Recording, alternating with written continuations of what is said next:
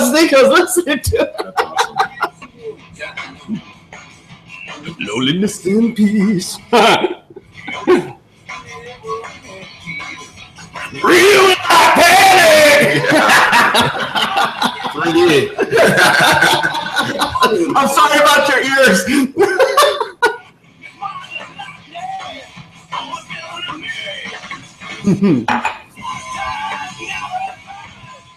How you doing, YouTubers, YouTubies? We got my favorite band on right now. This is a bucket list dream for me. I mean, a bucket list dream. The only person we're lacking right now is Charles, and we're trying to get him on. But we've got Robert Cruz and Sean Silas. What's up? Two of the three members of Right. Guys, how you been? Hi. Been doing good, thank you. It's a pleasure to be on your show. Did you guys get snow down there? Well, a little bit of snow. The Smoky Mountains got about almost a foot of snow. Holy! That's about 45 minutes away from us, and they got about a foot of snow, and it's sunny as it can be here. So oh my gosh! How the mountains is here, man. Yeah. I mean, it's just it snows everywhere. But how's your Saturday been so far? So far so good. I got donuts. I'm debating a beer. That's where I'm at right now. Well, cool, man. Cool. Yeah. Can't see Charles. I can't see Charles. He just texted me. Do you want to give him my number, Sean, and just let him call in? Sure. Yeah, I think it's in the text here. Because we could do it that way. I mean, it seems like he's having a hard time getting on. Some people have a hard time getting on the Google Hangouts. So you can text my number, and I'll answer it. And he can talk right here through the speaker, and he'll be just like he's here with us. Oh, awesome. Great. Thank you. Thank you. Cool. Yeah. Oops. Let's see. So, Robert, let me ask you this. Yes, sir.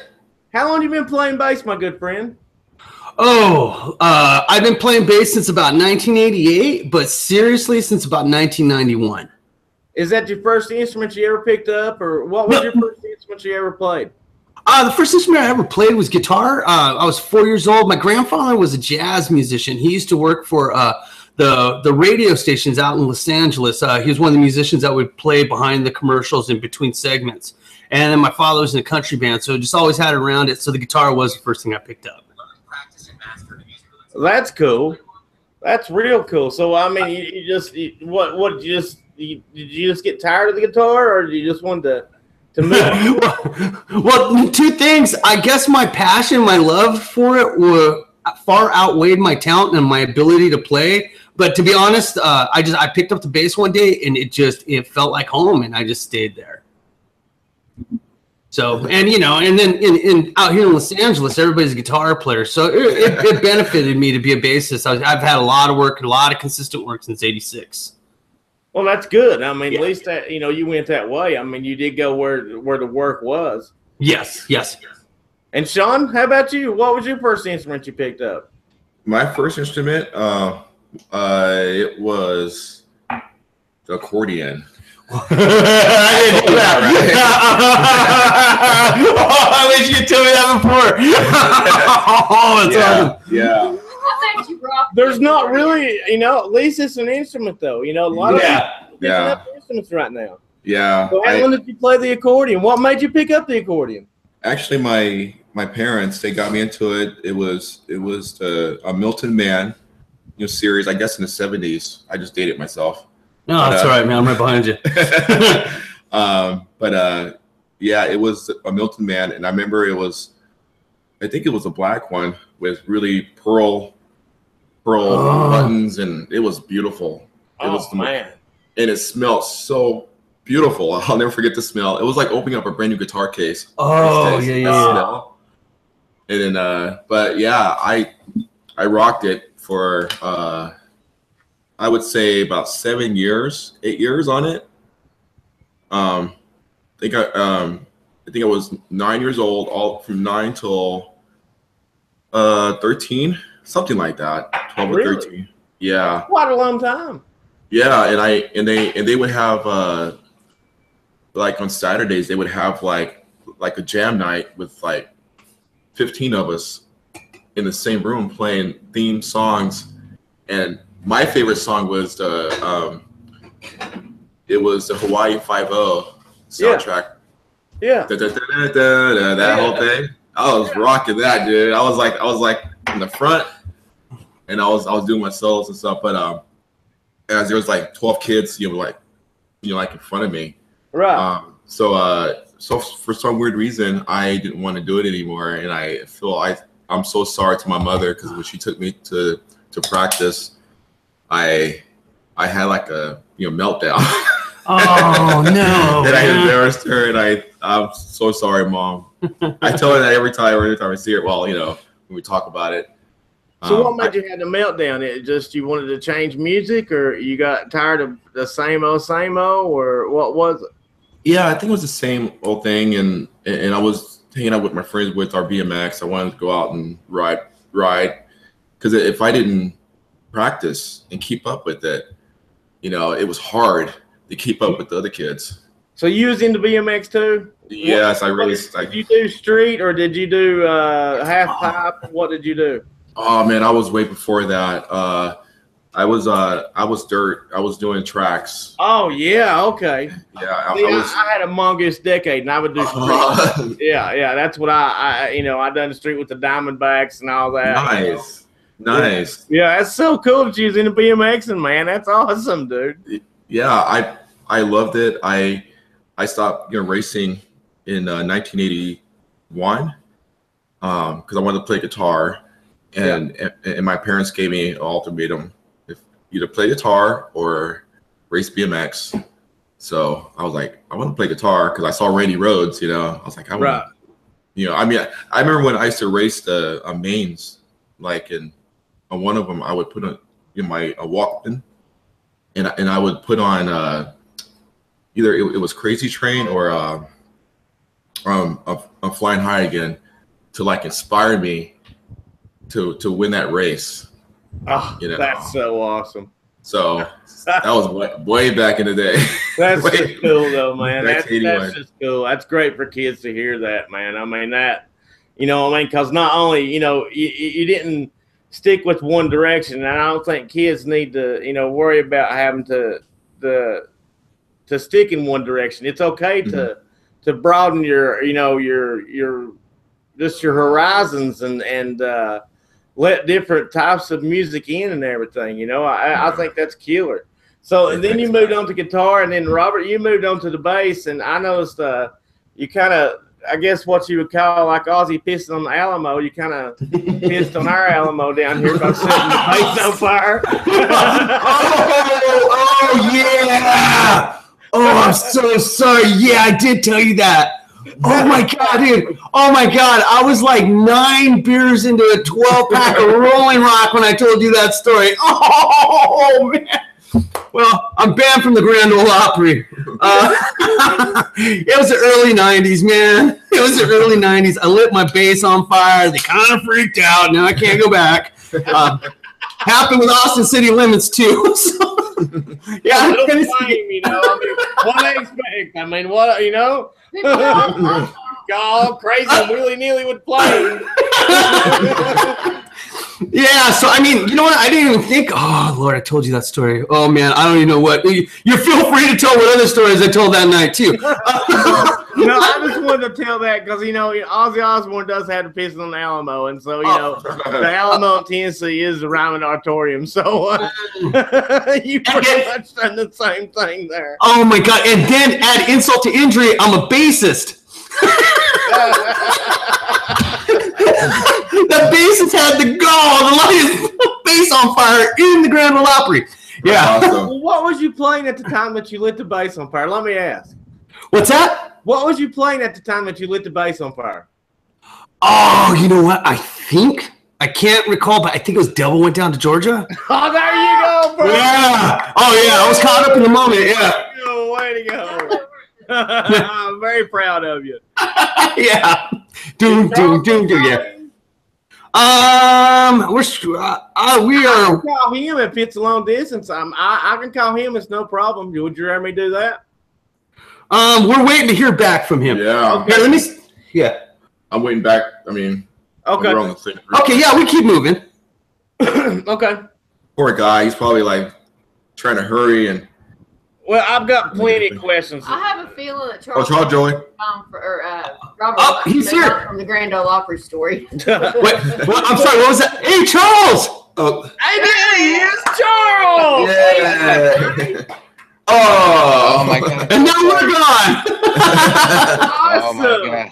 Well, I'm going to talk to you now, Charles. I've had my and I found out about, Ozzy Osbourne, they're pissing on the Alamo, which is our Alamo is the Ryman Auditorium.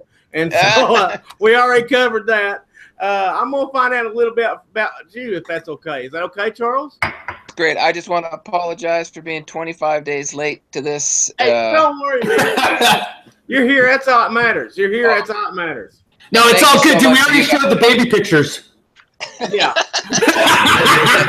Oh man, that's funny. That's funny. All right. Well, So can you tell me a little bit about yourself, man? Tell me where you're from. What I went into them, I asked them what the first instrument was, and how they began to play it, and what they picked up. So you can just go from there, whichever way you want to lead it, man. all right. Well, thank you guys again for the support and for having us. Yes. I live in a big city, North Hollywood, California, and I think I'm the only person in the city that can't use a computer. So,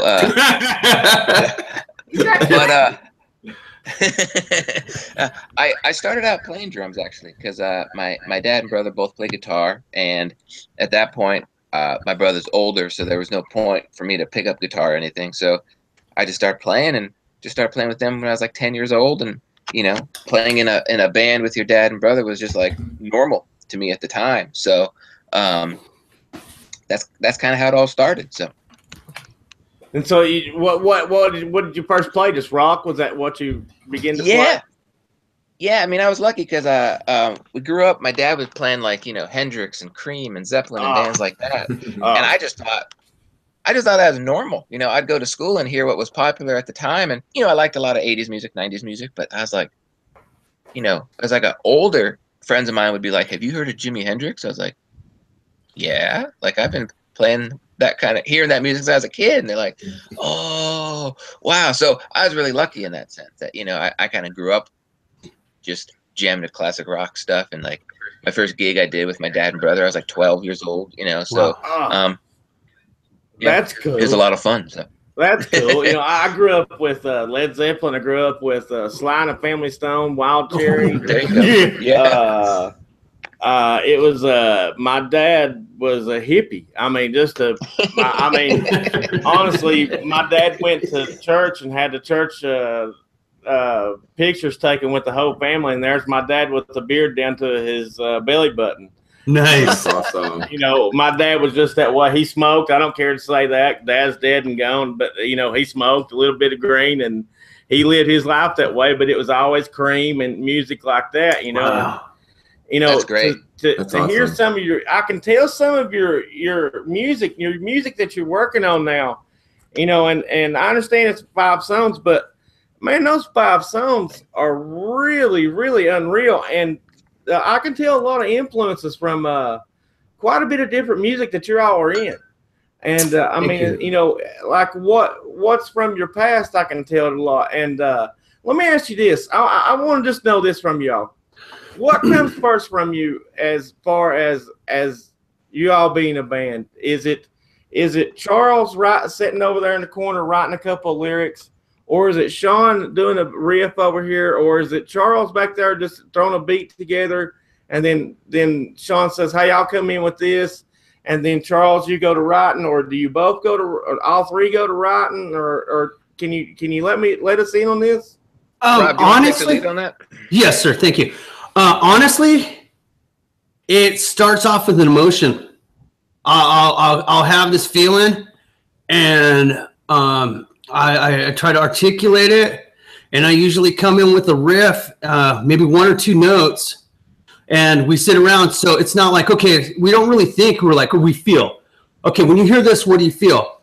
And then we'll start with that emotion, and then we'll start with that feeling, and then somebody will throw out a song title. Like Charles, just like we were jamming, and Charles was like, "Hey, what do you want? What's the song called?" I don't know. So he just threw out Pills for Free. So we wrote around that, and then we had a really loose configuration, And we just told Sean, you do you, and that's it. So it just generally starts with some emotional tangent that I have and just kind of rolls from there. This last time, I could talk about this. The one of the songs that's on the upcoming album, we don't have a title for it yet. It's a song about the passing of my son. And Charles came up. Charles was like, "Hey, listen, what do you guys think of a piano song?" He had written a piano piece, so I put the lyrics down on it, and the first line of that song is, "Close your casket, cut your cord, you won't go home again." And that's where we went. Well, big ups to you, man. I'm sorry I didn't know you lost your son. Oh, thank you. Yeah. My heart goes out to you. I'm thank you. really sorry, man. The songs though that you all done, one of my favorite ones, and of course I know you all know this, is Monday Morning. Thank you. I don't know what it is about that, but I have had that song on repeat more than I've had any other song on repeat more. I cannot get enough of it. Just everything about it, the way it's laid out. And did I not hear you say on Eric's program it was 4 days to do this? No. 4.5 hours. 4.5 hours. To record. To record it. It was 4.5 hours. And then we had 33 hours of practice, rehearsals of getting together, and then 4.5 hours. And then probably about another, I don't know how long it took to mix, but yeah. So we got about 40 hours into this. You, buddy, it seems like it's one of them ones how people just, work on it until this is right and work on it until this is right. It does not sound thrown together at all by any means. Thank you. Thank you so much. In my eyes, it's a masterpiece. Thank you. There's not a lot of CDs you can get, or I still call them CDs and albums, but there's not a lot of music you can get to listen to the whole thing. You know what I mean? And I can sit down and know when your album comes on my playlist, I can listen to every song on it. Oh, thank you so much. I fast forward through.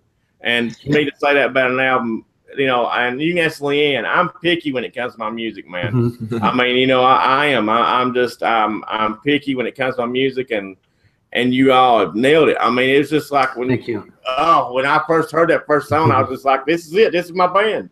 Thank you. At 45 years old, I'm 45. 43. And, my rock bands that I looked at are gone, and I don't know why they're gone, because there's still enough demand for those rock bands, I think, in my eyes. You know what I'm saying? Yes, sir. I understand the music industry has cut their throats, but I look at it this way, as the artist is beginning to take back their music. The artists have got new ways of getting their music out there and letting the masses decide whether they want it. I think that's what what's his name's doing. I can't never remember his name. He has the coffee. He has the Dave Elfson. Who? Dave Elfson from Megadeth. No, he plays for Ozzy. Zach Wild. Yeah, Zach has coffee too. Yeah, wow. Right. Zach has his new album coming out, and he's only releasing it through his website. Wow. Oh. He's not. That's great. He's not selling it to the masses. That's awesome. He's only doing it through his website where he sells his coffee at. That's great. And it's because and there's people wanting his music, and the reason he done that is he was told that nobody wanted his music again. So now you've got these so many outlets, and I know it's hard, now for you all to get, you're hoping to either get a commercial or to land something big where people will hear your music. But man, I'm telling you what, with the YouTube movement and the way people are finding music, they're discovering music on their own anymore. They're not letting media and MTV and all these rock stations tell them what to listen to. They're finding their own music. And I think that's what's going to happen with you all, is it's going to be this certain group that's going to find you all. And I really think it's going to be our age group holding you all up high, because, we can relate to you all. You're singing about songs, what we're going through now. You know what I mean? Yeah. Nobody's doing that. You can't listen to Avenged Sevenfold and expect the same feelings of what they're going through as a 43-year-old man's going through. You see what I'm saying? Right. And with your all's music, I can. Oh, thank you so much. Thank you. Yeah, it's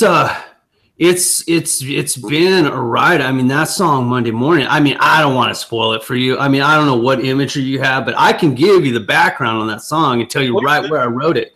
And all right, well, Monday Morning, it's about, man, when you ever have one of those weekends where you just kind of decide to get on a plane, fly across the country, party with a bunch of people you don't know, and then fly back to California. That's kind of what the song's about.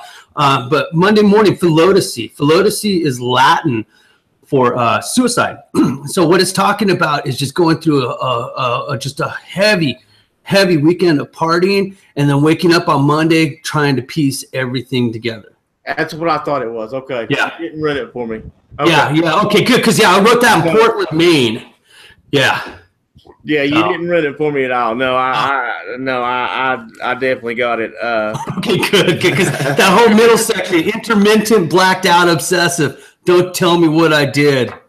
New places, new faces, old mornings. Well, I was looking through some of your pictures on Facebook, and I was doing some studying of you. And let's talk about how y'all met. I know, a couple of you met at NAMM, and let's talk about how the band met, how y'all come to meet. Yeah. Actually, Rob and I go way back from like the mid '80s to like the late '80s, from different bands, and then we lost contact for what, almost 20 years. Yeah, almost 20 years. Yeah, and then we computer problems. Yes. Exactly. And so we so on Facebook, we got hooked up on Facebook 6 years ago. Something like that. And then my last band I was in, we were playing our last show, and Rob came to our show. And I was so happy to see him, because I seen all the stuff he's doing with Sonia Harley. Yeah. And that's when I saw Charles, for the first time, was through Sonia. And he approached me, he goes, "Wow, so what you gonna do now, right? So what's up?" So I'm like, "Dude, I'm free. I'm just doing my solo stuff. I have the Iron Wrath thing going, but that's just mobile thing that I'm doing with CGI. But as far as a band go and being focused on a band, I'm totally open." So we'll say like 4 months later. Yes, 4 months later. Because what happened was I was approached by Randy Ulrich from Universal Records, the A&R agent, and he was just like, "Dude, you need to put a band together." And I was like, "All right." So first thing I thought of Sean, and like I said, I'd known Sean since the late '80s, mid to late '80s. We kind of followed each other in and out of bands on the Christian music scene back then. And so I was like, okay, cool. So my cousin Freddie Herrera plays bass in Everclear, and so I found Sean through Freddie, and so that's how that came about. And then I went to their last show. I was so bummed to hear that they were going to be done, and I was just like, all right, cool, this is where we're going to go. So at that point, up until that point, Charles and I, we met when we played with Sonia Harley in Sonia Harley's band. We're still playing in Sonia Harley's band now. But we met when she recruited us to be her backing band on the Motorhead Motorboat Tour. And that was with Motorhead, Anthrax, Suicidal Tendencies, and Slayer we went out on the water with. Yeah, good times. And then, that's, I don't know if you saw the picture, but there's a picture on there of Charles and I after we stole Anthrax's beer. Yeah. Yeah, so it was on that tour. But yeah, so Charles and I, we got together. We just kind of started jamming. I just felt a real strong connection with him, and we were playing with Sonia's band. We're still playing with Sonia's band, and yeah, that's how it all came together. It was a long set of synchronicities that went on for about 30 years. That ended up, the universe just kind of conspired to put us all in the same spot. Yeah. Well, I don't believe in synchronicity anyway. I believe that we're all put here for a reason, and there's a right. There's no coincidences. I don't think that. I think that we all meet each other for a reason, and and thank God you all met again because you brought us new music, you know, which is the music. I just can't go on enough about the music and how good it is. You know, and so let me ask you this. You know, I'm not trying to rush their interview at all. I just want to, you know, I'm gonna say this. You know, we started to GoFundMe for you all, and oh yes, thank you so much. Yes, thank you. Right now is kind of a tight time with Christmas, but what we're going to do is after Christmas and everything, we're going to take a whole new approach at the GoFundMe of what we're doing. And me and LeAnn's going to flip it on its ears, and we're really going to hit everything. I mean, thank you. We're really going to hit everything. And, you know, people's giving money right now as we speak. I mean, you know what I mean? We're getting money, you know, if it's not every day, it's every other day.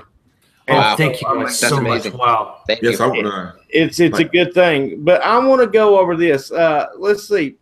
Who's your sponsors or who's going to be your sponsors? Would you like to mention anybody that is helping you right now behind the scenes? Sean, I know you got your pots. Are you going to NAMM with your pots? Yeah, Borns is going to hook me up to do, you know, some demos at the NAMM show, NAMM 2018. They've been there, you know, for me for a long time. Actually, let me tell you a quick story about that. My mother, she worked for Borns from 1971, and she retired in 4 years ago. Wow. And wow, yeah, she's been there for a long time. And what's weird about the whole thing is that her coworkers knew that I play guitar and been doing all this stuff. Even the owner, Gordon Borns, knew I play guitar and all that stuff. But what happened was when I went to the NAMM show in 2008, I went downstairs at the third level, and Borns had a booth down there, and I saw them. Like, my mom, you know, works for you guys. She's been there with the company for over 30 years. And Gordon Borns was like, so who's your mom? I'm like, it's China's. He's like, I know China's. I love China's, you know, and all that. And I know about you. And a matter of fact, we have a couple, because I told him that I work for Fender, and EVH just came out, and they had like 3 of the brand of EVH brand, you know, their guitars down there, because Eddie uses their pots for his guitars. Really? Yeah. And then he goes, yeah. And I go, so do you have the tags for these guitars? And they're like, yeah. So, you know, sure enough, there is my name on the setups. That's great, man. Yeah. So that's awesome, man. Yeah. So then after that, then he was like, how do you feel about doing some demos for us, like on next year and all that, for like the following NAMM? Like, I would love to. So that following year, then that's when I started doing some demos for 3 years in a row. And then they backed out, and then they came back, I think in 2014, I think it was. And I came back and started doing demos. And then when a year before the other band broke up, they asked me if I wanted to have my own signature, you know, volume pots. And I'm like, yeah. So that's when it all started, you know, as far as them doing all that. But I thank them so much, because they put me in my premier, you know, guitar player magazine, or those are 2 magazines. The first one, I'll put an ad in there for the pot thing, and they're getting ready to come out with my tone pot, which it's been hold for a year because they had to move their factory to somewhere else, and their tooling, all that stuff got reset up. But yeah, Borns and Fender, Ed McGee, he's a man. Jeff Carey, Kurt Walton, Chip Ellis, and a lot of my friends at work, huge, you know, supporters. So that's great. You got friends at work, man, supporting you and everything. Yeah, that is just great. Robert, tell me about you, buddy. What have you got? You know, I mean, My list is really, really short. No one will endorse me. So, so that's where I'm at right now. I think that'll change. I think so too. What's up? Have you been deemed a fire hazard? Probably, yeah. They probably don't want that associated with that. Oh my God, fire hazard. I think your sponsorship's going to change when I think so too. It's going to get out with the album. I think that you're kind of a unsung hero there. And thank you, man. Thank you. Do you have anybody you want to mention that's helped you out or anything? I mean, over the years they've helped me out. Yeah, G&L. I'm sorry, I know you work at Fender. He's coming to Fender, by the way. G&L. They've hooked me up in the past, and Aguilar amps. That 500 watt tone hammer head and that 410 cabinet, I cannot get enough of that. And and I don't use any effects. I just go straight into the head. So really?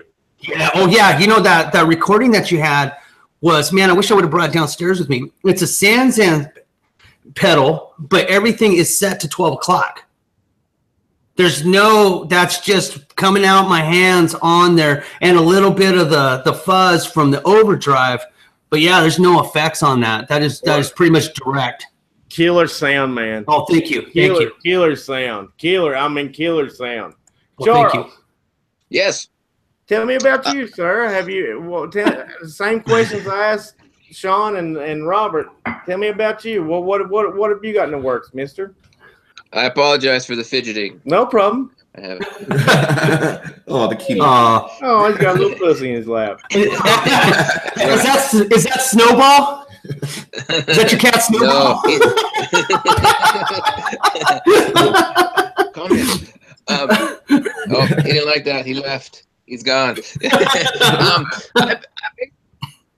I've been with Soultone Cymbals now for about 3 or 4 years, and they're a cymbal company based in Los Angeles here, but all their cymbals are handmade in Turkey. So they've been super supportive. Man, I can't thank them enough. The owner, Icky, and Tomer, and Laura over there, they're so gracious, so helpful when it comes to promoting the band, promoting me as a drummer. Just super great. As of now, they're the only company I'm endorsed by, and they're the ones I really want to give the biggest shout out to. And the other shout out really goes kind of off topic a bit, but it goes to people like you and LeAnn. Like you guys are the biggest people we give the shout outs to. I mean, yes, we come into, you guys just kind of help us on your own accord. And I mean, it sounds cheesy, but there are no words. There's no words to say thank you enough for people like yourselves who, just do all this work on our behalf. It's like, it's incredible. But see, you got to understand, the fan movement is different than what it was during when our parents was growing up and how music was then, because the fan movement then sold albums and the artist was able to see the money. Right now you all are struggling to see a 0.5%, or 5 cents of money coming in, and we want that to change. And so that's why me and LeAnn has been supporting you all and pushing you like I don't know what. I mean, we're going to continue to support you all until the day I can look at my son and say, I had them on the show. I mean, I knew them when they was, this and that and all this. But, and speaking of that, and this goes for everybody. And, I'm 43 years old. I've got a son that's 5 years old. Right.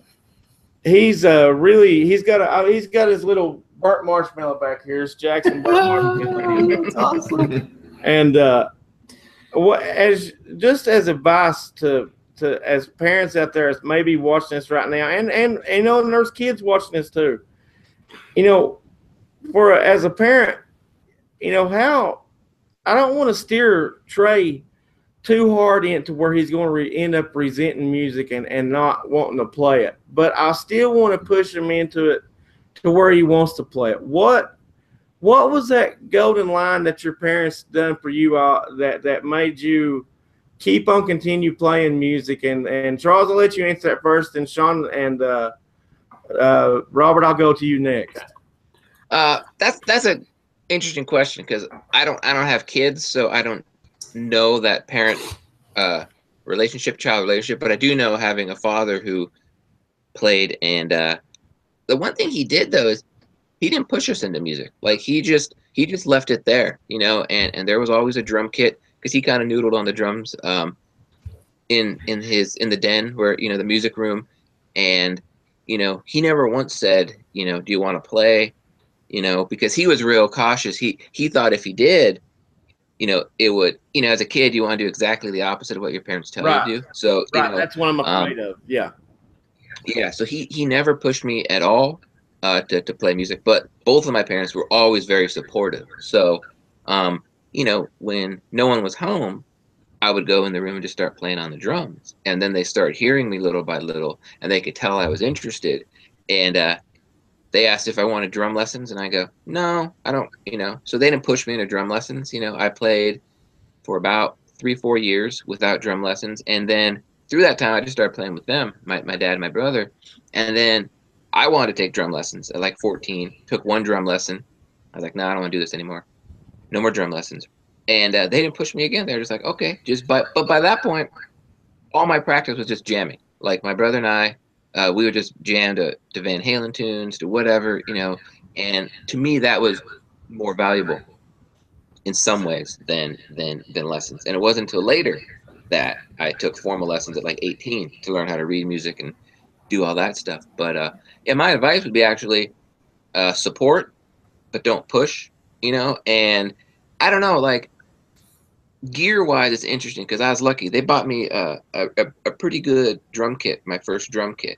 But and I used that kit for like the first 9 years of my playing. You know, like I had a ride cymbal and hi-hats, no crashes, and I didn't know for the longest time you could buy crash cymbals. So I just learned to get all the sounds I wanted out of this ride cymbal. You know, so it was like a lot. That's why to this day I rely so heavily on it. So I think there's a plus in that limitation, but nowadays it's super hard because your son can go on his phone and find anything he wants, hear anything he wants, you know. When, you know, and I'm not that I'm that far removed, but like 20 years ago for me, like, you know, all I had were guitar magazines or drum magazines. That's where I saw all the stuff. So it's like I couldn't just Google or Facebook what's this new piece of gear, you know. So I know that's the same way with me, you know, with the guitar magazines and seeing Joe Satriani coming out, you know, with the pedal and everything else, you know, and seeing that.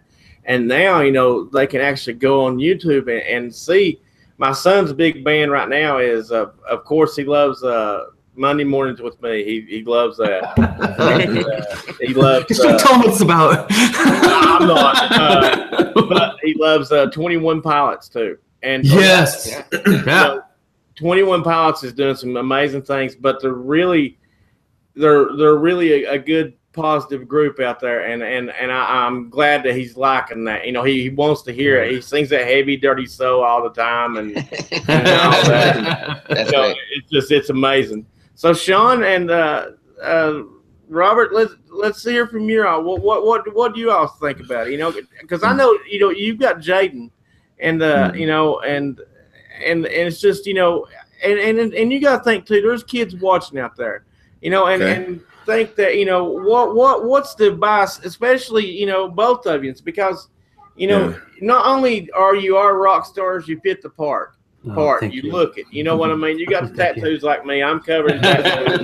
You know what I mean? I mean, you know, yeah, dude. You gotta have them. And I mean, you know, but you know, my son sees that and he thinks it's just so cool. You know, and then of course I tell him to wait till he's 25 before he gets a tattoo. You know, I think anybody should wait till 25 before they get a tattoo. Yeah, yes. Totally. Nobody should get a tattoo at 18. I'm sorry, that's just my experience. My first tattoo at 18 was a Tasmanian devil. So let me tell you something. That wasn't the best idea I ever had. So guys, if you don't care, tell me your advice, what you would give, and how, you know, that you was treated and left alone to discover on your own or something like that. Yeah, with me, it was 'cause my dad was a singer in a band out here in California, Southern California, and I was around music my whole life. The Silas side of the family, they are all into music. They've done something for the last 30 years or whatever, 40 years. So, but my parents would let me do whatever I want. So when I played the accordion or the piano or whatever, that was because I wanted to do it. And then if I didn't want to do it, you know, then they would say, okay, well, that's fine. You know, it's up to you. And then as far as bringing that to Jaden, and when Jaden was in the womb, his mother would come to our shows, and I would really believe that he gained that love for music from being in the womb. Because when he was when he was a baby, when he would get upset and cry and everything, I remember when I was first time holding him, and Erica had to go to work, and I was holding him, and he was freaking out. And I didn't know what to do. I call her on the cell phone, and she's like, "Sean, just put on Korn, Never Never." Yeah, and sure enough, I put that on with the cell phone or on the iPad, and he stopped crying. And yeah, That's so awesome. He knows. I mean, I'm like, I'll be driving to my mom's house, and I'm like, Jaden, so what song you want to hear? He goes, Coil. Awesome. So awesome, man. Yeah. So just, when LeAnn was pregnant, we was running around and everything, but we was going. The bad thing is about, you got to understand that where I'm from.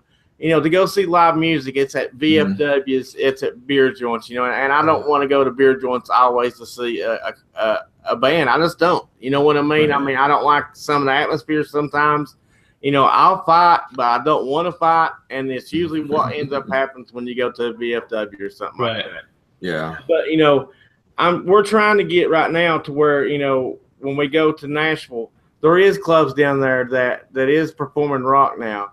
That is doing that, I mean, and it's switched over to a lot of rock, you know what I mean? Oh.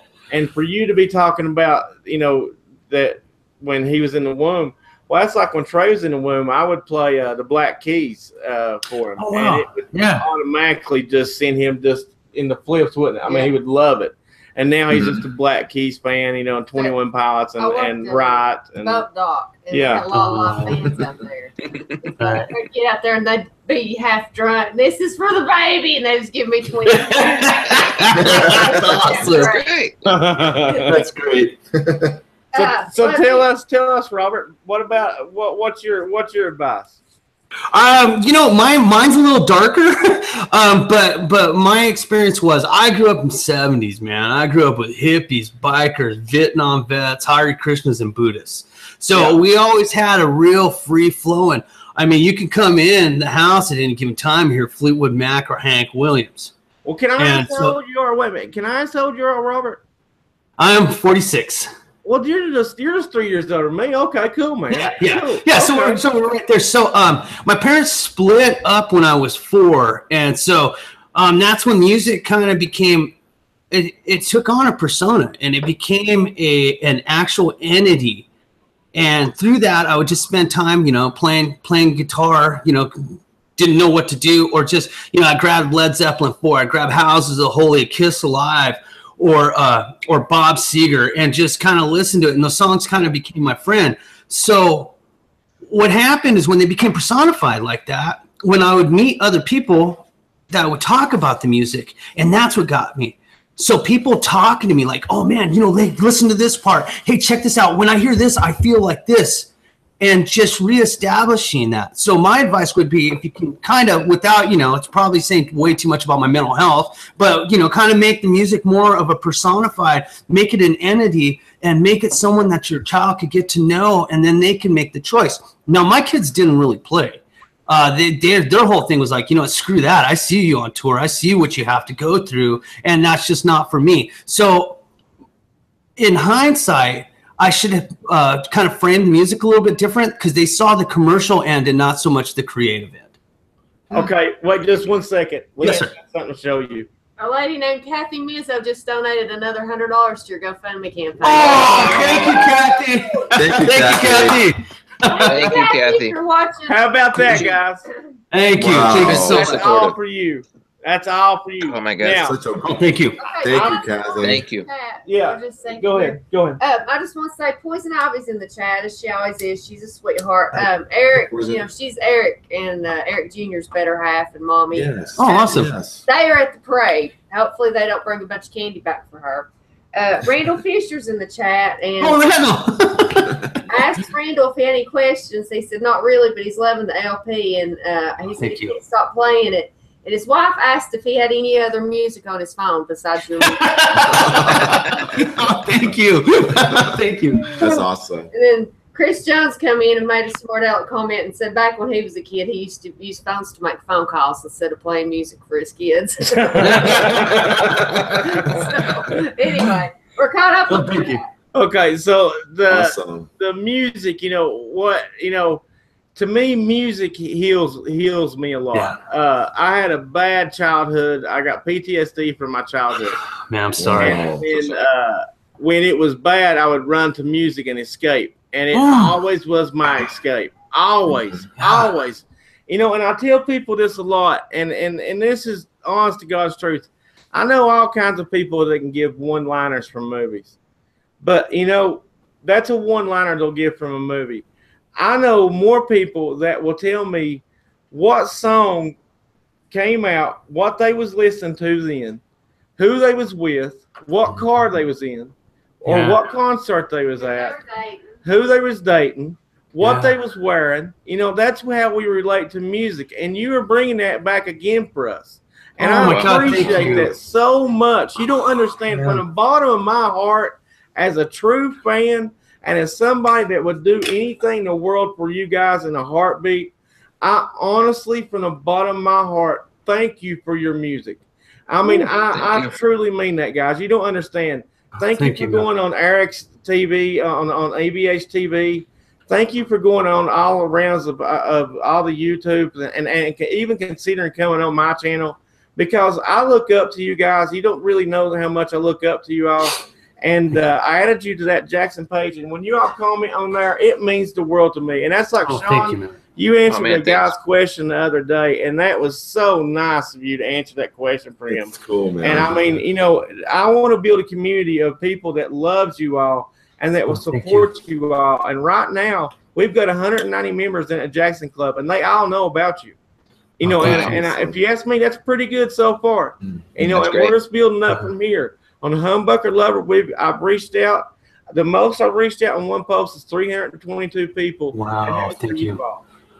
And so, I know that might not sound like a lot where some of these groups have, tens and thousands, but for somebody that's just starting out like me, I'm trying my best for you guys. And I swear, Charles, Robert, Sean, I love you all from the bottom of my heart. And you have always got a true friend here. And I mean, it's just truly an honor. And you all guys are such just class acts, and you treated Eric so good on his show. And the interview on Eric's show was great. And it just, I don't know, man, you make me proud. I mean, it makes me proud to say I know you guys. I'm nowhere near your all's dad's age, but I'm a proud dad. I just want to say thank you. No, I just, without getting all mushy, man, I just want to say thank you. I went through hell writing those songs. Each of those songs was just a horrific yet changing thing. And a lot of times you get in a place, and I don't mean to offend anybody's religious stance. I'm just telling you where I was. A lot of times you're just wondering, why is this going on with me? And you start asking yourself, hey, God, are you just helpless or you don't care? But then now you come up and you say that, and you validated everything. And you know what? I'm really okay with having gone through that, man. Because now I see where the divine is and all that. And to hear you say that the music touches you like that, I just remember, man, I remember some of the hell happened in 1977 and just having to put on the headphones and just crank the stuff out of Leonard Skinner, man. And just listening to those albums, and just while all hell was falling down. Yeah. And I was so grateful for that space, and to hear you say that we give that space, that's one of the greatest honors, man. It's incredible. Thank you. you know, it is. My release is your all's music, and I don't want you to think that, you know, that I'm blowing smoke up your ass or pissing on your leg and telling you it's raining. I mean, I'm being honest to God's truth. I mean, you can ask LeAnn. I played that whole. I mean, I bought it for Trey's iPad. I bought it for LeAnn's phone, and I bought it for my phone. And you know, I love it. It's brought me back again to loving music, and thank you. I really want to learn how to play guitar more, and I got a little something I got to share with you. And all right, cool. I don't want to tell too many people because I'm gonna have this, but last night, Sean from Sam Ash, I ordered me a Flying V. Oh yeah! Yeah! Awesome. I'm so proud of you, man. And I tell you, Will, the Flying V is one of my favorites. You know, I remember seeing, you know, Hendrix playing one, and you know, Carlos, you know, Cavasso from Quiet Riot, which plays in Rad right now. He plays that, and someday I hope to own one of those. But dude, I'm so happy for you. I'm so proud of you. Thank you, man. You're the man, dude. Yeah, I can already hear that first pick slide from I Don't Know and Ozzy. Well, you know, I got a hardtail because I like a hardtail. I like. I've got a bunch of floating tremolos, but I like a hardtail, and it's Ferrari red. It's not one of the, you know, the high end Jacksons, but it's still a Jackson. No, who cares about it? And I wear my Jackson shirts. I mean, you know, and we need to get together. You know, I don't want to talk too much on here, but we need to get together, and I want to show you some of what my artist has done. And let me, you know, if we can send it in PDF files and work together on shirts. There's a place here that charges really cheap. You got to understand the cost of living in Tennessee. Our cost of living in Tennessee is a whole lot lower than what you all pay. All right. I mean, a whole lot lower than what you all pay. Wow. I mean, I'm talking as far as getting T-shirts made. I'm talking as far as, you know, stickers made. The cost here is completely different than what you all pay. And so if we share our PDF files and we share, you know, what we've got drawn up and everything else, and if you all agree on it, we'll go ahead and we'll put them up for sale, and everything will go right back to the GoFundMe page, okay? Oh, thank you. I appreciate that, man. That's awesome. No, thank you so much. That's amazing. It's a blessing, man. Okay, well, here's an update. I'm going to give you an update. Right now, LeAnn's in Wright's GoFundMe, and $270 has been raised by 5 donors so far. Oh my gosh! Oh, thank you so much. I know it's not much, but I asked close to our goal to 1,000. Once we hit 1,000, we're gonna put a goal for 2,000. And once we hit a goal for 2,000, we're gonna keep on going up and keep on going up until Christmas too. So. And then you got to come to Nashville. You got to come to Nashville before. Oh, we will. We will. Yeah, and just not the Grand Ole Opry. Listen, Jack White has changed this town. Jack White has changed. Honestly, he has changed Nashville. That's great. The people's getting discovered right now in rock and roll are getting discovered in Nashville. And I'm just going to throw it out there. I mean, you wouldn't believe Third Man Records has changed Nashville completely. I mean, Third Man completely. Huh. That's great. Okay. That's great. No, thank you so much. I appreciate it, man. I appreciate it. It's just this whole project, this whole album's just been taking on a whole new form of compassion for me. Because, you know, when I first started writing, I was homeless. I was living in my car, and then Fred Connors from Fender I was sleeping at that point. I was sleeping in a warehouse at a rehearsal studio that I was working in. And Fred Connors is like, "What's going on?" I said, he told me Fred Connors is the American Custom Shop Fender guy over in Corona. Okay. And he offered me a job, and then I went in for the interview, and Sean was there. Went by the Jackson booth, and there's Sean just whittling on the new guitar he just made. And then he told the plant manager, Sean put in a good word, and that's how I got the job, got back on my feet. So you're working at Fender now? Not anymore. I was there for about 6 weeks, and they bring in a bunch of people, they make product, and then they let go of who they have to let go. Temp agent. It was a temp spot that I was at. But yeah, so in the morning I would come in, and I'd always walk by Sean's station because I was in the final department for Fender. So yeah, so every morning we had that little crossing. It was exchange of monsters or water. So, and then we'd run into each other in the hallways at lunch. Oh, it was a crazy scene, man. So happy to see him. Yeah, I was over at Fender when Sean and I were there. That's awesome, man. That's awesome. Yeah. Robert, buddy, I want you to know that I don't know what you've been through, and it sounds like it's kind of close to somewhat what I've been through, and I want you to know that we pray for y'all, and I know that I've turned back on the Lord a couple of times and threw my middle fingers up in the air and asked why and all this shit, and it's hard to have faith sometimes, with what we're dealt with in life. But I truly want you to know I believe this is a great thing coming for you all, right. And you're in our prayers, and I truly feel that you've hit it right now, and it's just a little bitty of a hill right now that you're going up, and then once you get that crest, son, you're all on fire. I'm telling you, you're going to be doing it all. And Charles, I don't want to leave you out, man. I love you, dude. I think you're an awesome guy. I'm glad to be friends with you. And thank you. No, I don't feel left out, man. No, I love your drumming, dude. Your drums nails it, and that's Oh, thank you. LeAnn made that video, and for you. Thank you, by the way. That was awesome.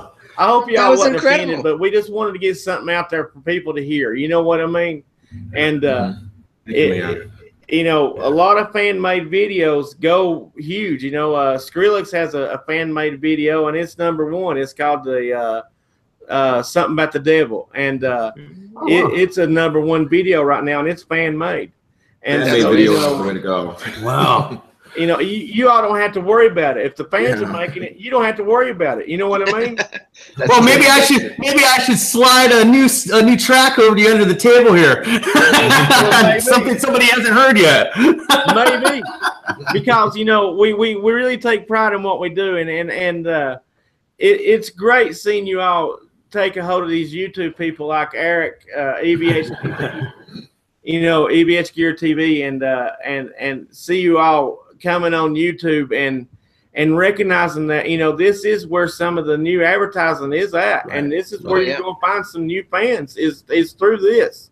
Absolutely. And I just me and LeAnn, and I can't speak for LeAnn, but I'm gonna speak for myself. I'm truly, and I mean this from the bottom of my heart, I'm truly one of your biggest fans out there. Oh, man, oh my gosh, thank you. Thank you so much. Thank you.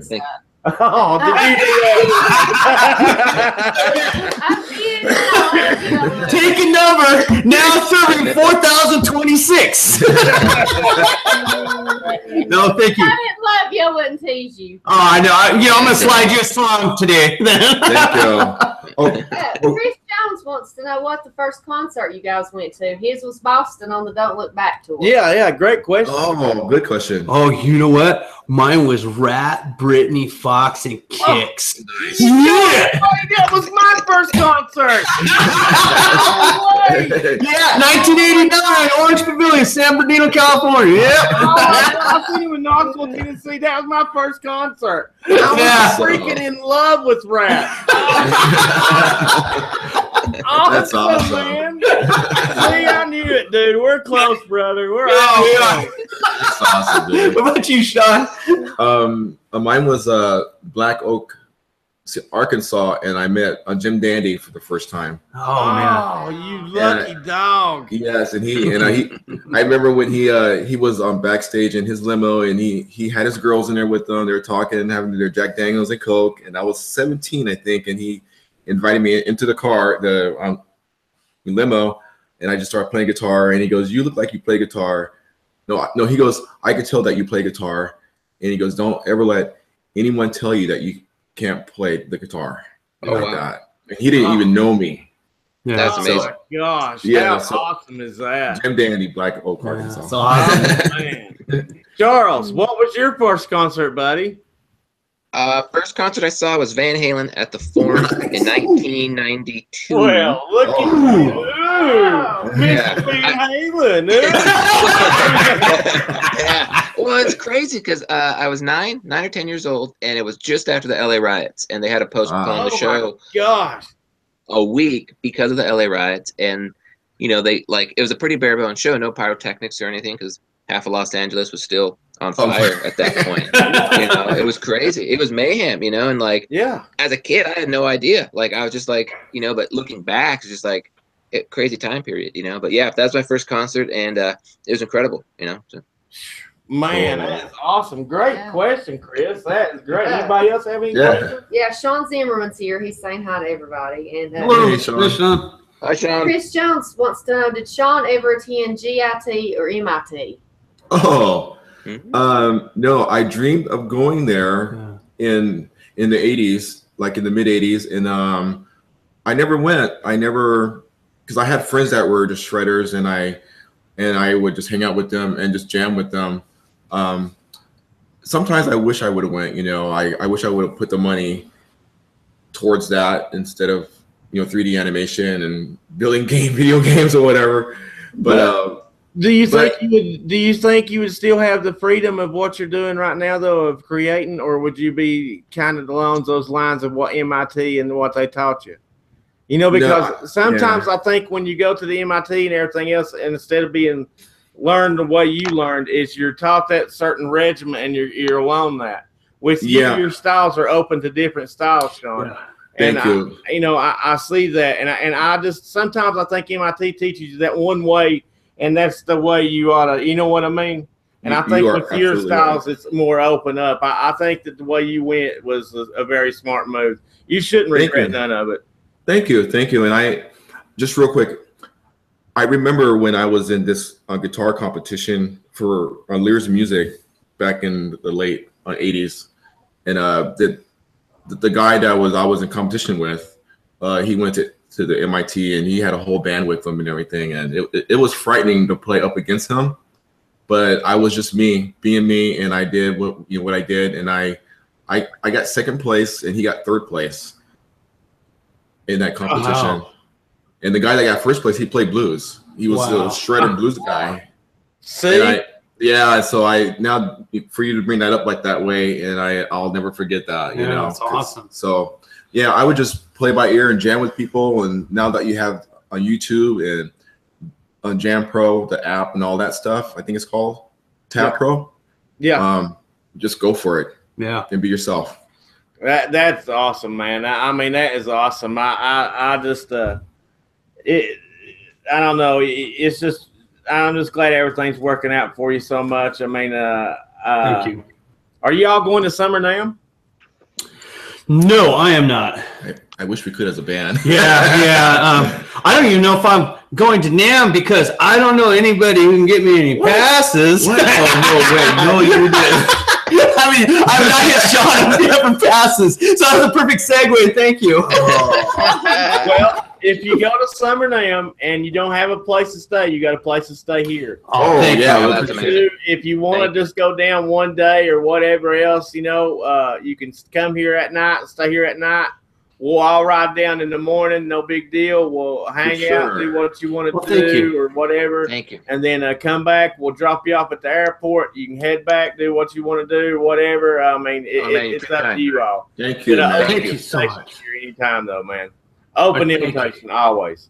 We got a big old house that's built in 1945 and plenty of room to sleep in. So, I mean, as long as you don't care about a dog and a 5-year-old running around a little. That's awesome. Thank you guys so much. I really, really want to thank you guys, and I appreciate everything you've done from the video and just all the kind words and just playing the music. Thank you for giving the music life. Well, I'm telling you, I really enjoyed this interview. I know y'all probably need to go and get things going. It's 2:00 right now. We've had you for quite a while. But I want to say this before I go. Charles, you're an outstanding dude. You accepted my friend request right away. Sean, you know how I feel about you. Yes, I appreciate you both. I text you and Robert, I want you to get my number. Charles, I'd like for you to get my number. Okay. Robert, anytime that you want to talk to somebody that just don't give a shit to talk and whatever else. You guys gonna be up all night when we come over there. Oh, hey, did you hear that, Charles? You're gonna be able to get some sleep now. I can unblock your number. Oh, that's great. You can block my number now, Sean. Charles. I mean it from the bottom of my heart, Robert. You can call me anytime. Thank you. I appreciate that. Honestly, anytime. I don't care what time it is. I know it's California time and all that, but listen, we stay up to 3 or 4 o'clock every night. Okay, thank you. So, I mean, anytime you want to call me. And Charles, I want you to know that it was so cool of you to accept my friend request and to join the Jackson Club with us and everything, man. And I know you're a drummer, but I know you do appreciate guitars and everything else. And who knows, I might start a drummer page and have you be Yeah. And Hey, guys, just one.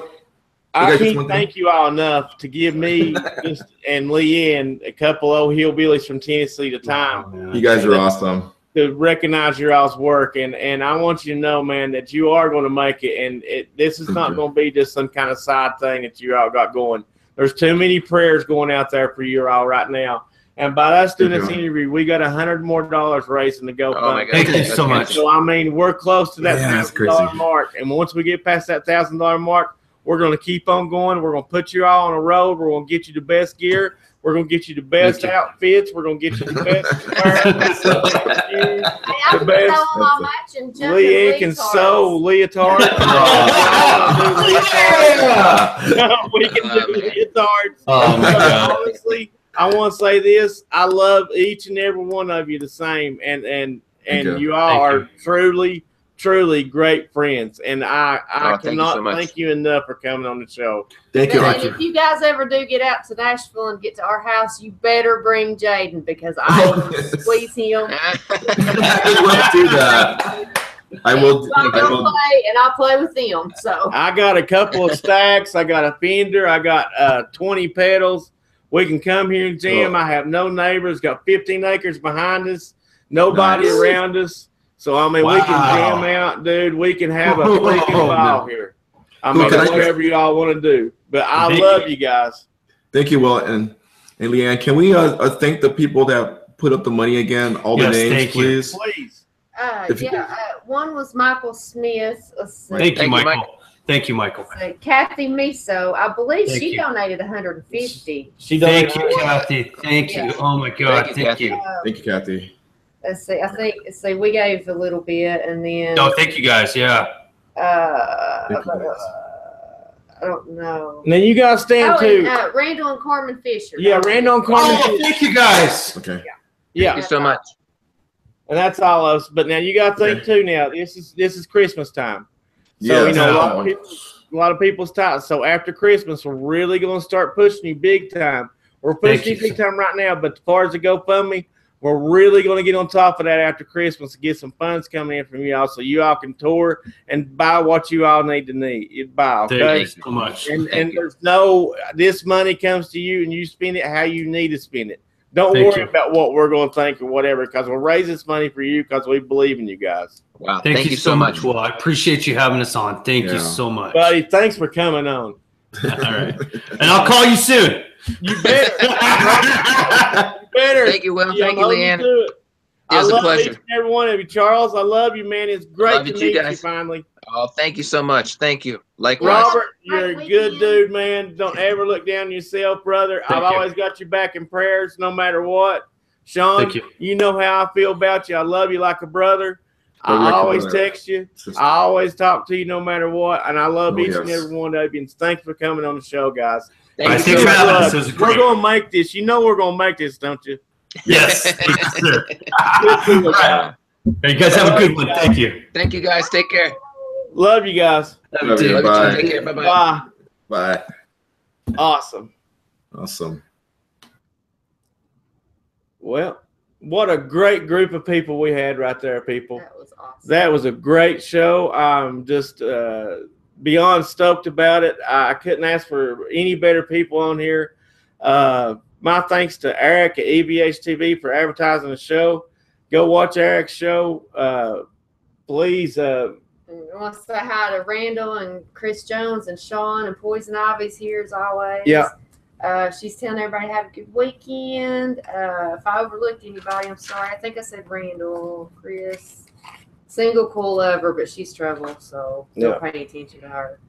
But thank you everybody for watching, and we're just trying to help Wright get out there because they're good guys that really deserve a break, and they need our help. And anytime you hit share or comment on something, you're helping Wright. You're getting more traffic out there, more people see it, and hopefully somebody with a lot of money can donate them a lot of money. So. And then they need it, and they're a struggling band, and they are a great band. If you've not listened to their 5 EPs, buy it's just $4.95 on iTunes. You can't help it. I mean, that'll be helping them just like it'd be helping anything else. And you get killer music out of it. We love you guys. Thanks for tuning in.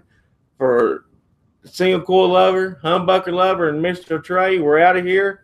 Man, thanks a lot, Ryan, for coming on the show. We love you guys. See you.